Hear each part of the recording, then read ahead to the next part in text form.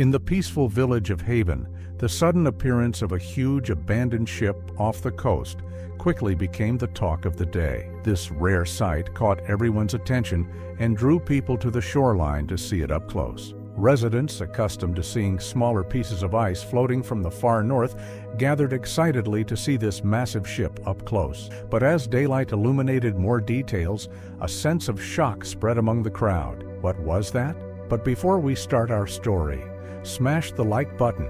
Make sure to subscribe and hit the notifications bell so you won't miss any new stories. The normally talkative villagers now stood speechless and pale, staring at the top of the abandoned ship. What was going on? They were used to things floating by the shore, and nothing surprised them anymore. They thought they had already seen everything, but this time it was different. "Have you seen anything like this before?" whispered one villager to the other, both staring in disbelief. "Never in my life," replied the other, equally puzzled. This massive ship, unlike the smaller debris that floated towards the village, had somehow arrived intact, arousing excitement and curiosity among the villagers. People scratched their heads, wondering how this giant ship could have come near their town. It was the biggest ship anyone had ever seen in the town, and although it was in a bad shape, somehow it had managed to remain intact and float towards the village. While most people were just amazed at the size of the ship, there was one who noticed something else. He squeezed his eyes shut and leaned forward as if trying to see a secret the ship hid. His curiosity was piqued not only by the size of the ship, but also by something unusual that others had not yet seen. Peter had been staring at the ship for hours as his high-quality binoculars brought the deteriorating hull into sharp focus. He couldn't help but marvel at the size of the ship and its expansive navigation bridge. The sheer grandeur of the ship held him spellbound. As his gaze shifted to the mast of the ship, a sudden movement caught Peter's attention. His heart skipped a beat. "No way," he whispered as his breath stopped. "Could it be?" he muttered, squinting his eyes to get a better look. What he saw was completely unexpected, a vivid anomaly amid the desolate steely plain. Amid the serene beauty of the frozen landscape and the steely plain, a splash of color stood out, vibrant and alive, in stark contrast to the monochrome world around it. The discovery sent a chill down his spine. Despite his efforts, Peter could not quite discern the details of the mysterious spectacle that had caught his attention. But he was certain something was moving purposefully across the ship. The fleeting glimpse was enough to arouse his curiosity, a vivid blur against the sleek black of the ship.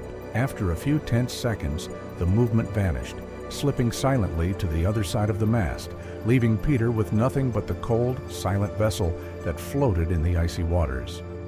He stood there with his binoculars still pressed to his eyes, a mixture of confusion and intrigue engulfing him. "What on earth could that be?" he muttered to himself, his head raging with possibilities. The sudden disappearance of movement only further aroused his curiosity, turning it into a burning desire to unravel the secrets the ship hid. The mystery only intensified as the minutes passed, leaving Peter with a flood of questions. The idea that whatever or whoever had moved on the ship might have been stuck there for weeks, maybe even months, was baffling. Given the ship's state and its gradual drift across the ocean, the thought of survival seemed almost inconceivable. Peter was full of questions. How did it survive here, he wondered, imagining all the ways something could endure such harsh condition. The ship looked abandoned, with not even a single light on to show any signs of life. Whatever it was, it must have gone through unimaginable horrors trying to survive the biting cold in a desolate vessel. Peter felt stuck, unsure of his next move. Telling someone came to mind, but he quickly dismissed the idea, skeptical that anyone would take his word for it. After all, he had no proof of his extraordinary sighting, and to be honest, he was beginning to doubt his own belief in what he had seen.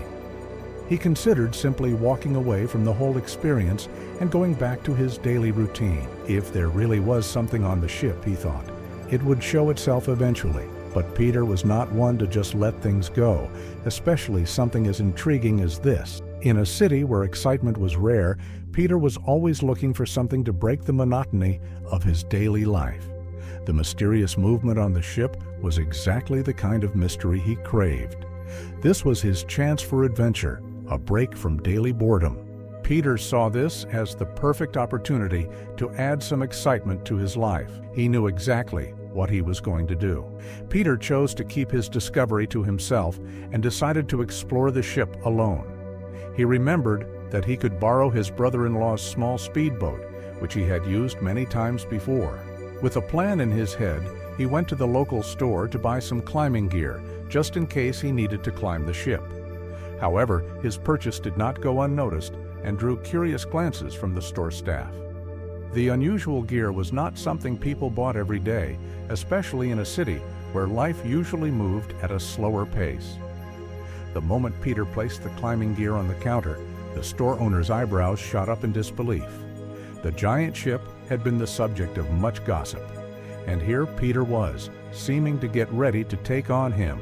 "You're not seriously thinking of climbing that beast, are you?" he asked, his voice laced with disbelief and concern. "That's not just daring, it's downright madness. Do you have any idea how dangerous that floating piece of iron is?"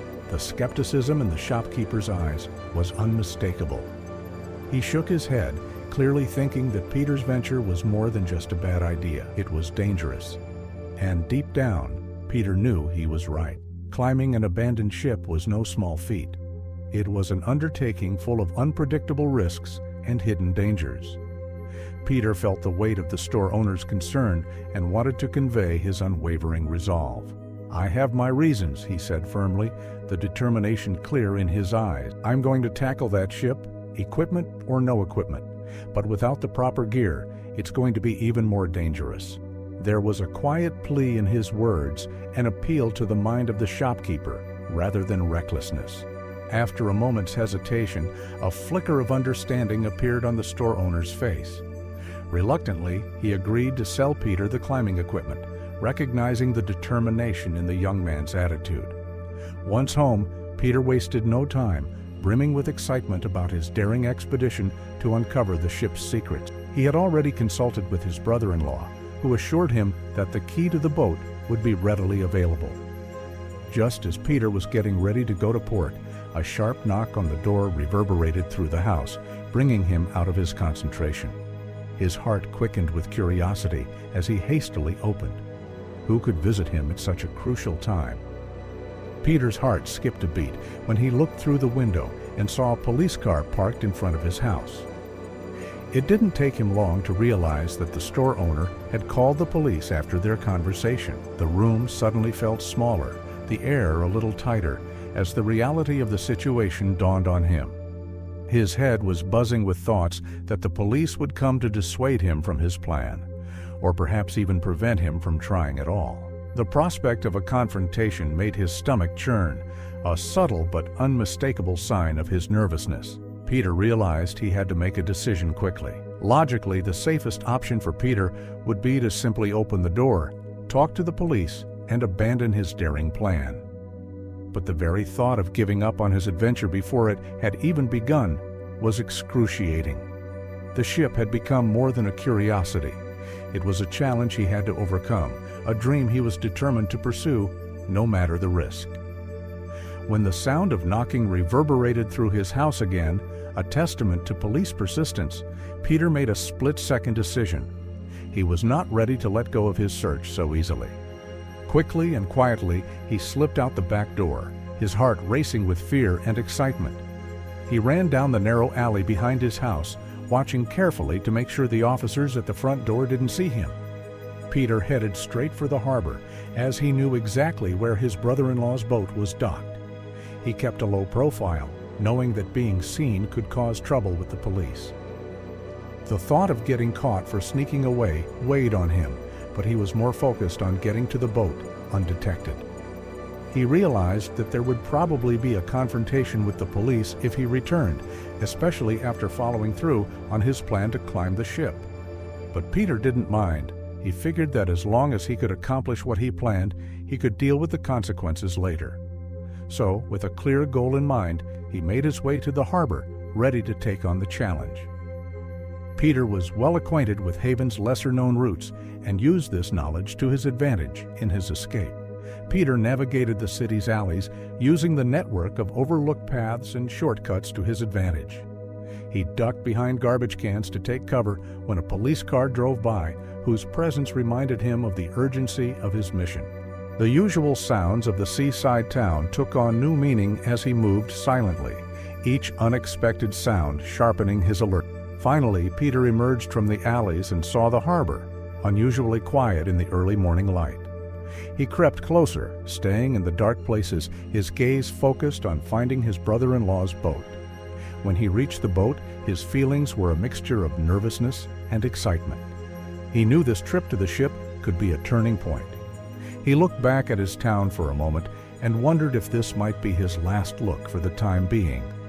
Peter went to the boat and listened briefly for signs of activity. When he was sure it was safe, he quietly climbed aboard. He knew the boat well and managed to untie it without making a sound. The boat rocked slightly, signaling that he was free to go. Peter looked at the shore one last time and saw the outline of his city against the early morning sky. With a cautious hand, he ignited the engine, aware of the dire consequences his ship expedition might have on his community. Peter's heart raced as he navigated the boat out of the harbor, skirting the shoreline to avoid police patrols. Suddenly, a police boat appeared in the distance with a searchlight skimming across the water. He held his breath and dove into a small cove until the coast was safe. When the coast was safe, he steered the boat back to open water and set course for the towering ship on the horizon. Its mysteries, hidden in the icy embrace of the sea, drew him to it and urged him to get closer. He left Haven behind and disappeared into the fog, determined to unravel the secrets that lay waiting for him atop the ship. The sea before him lay wide open. He adjusted the sails to better catch the wind. Peter realized that whatever he might find or experience could change his life. But was he ready for it?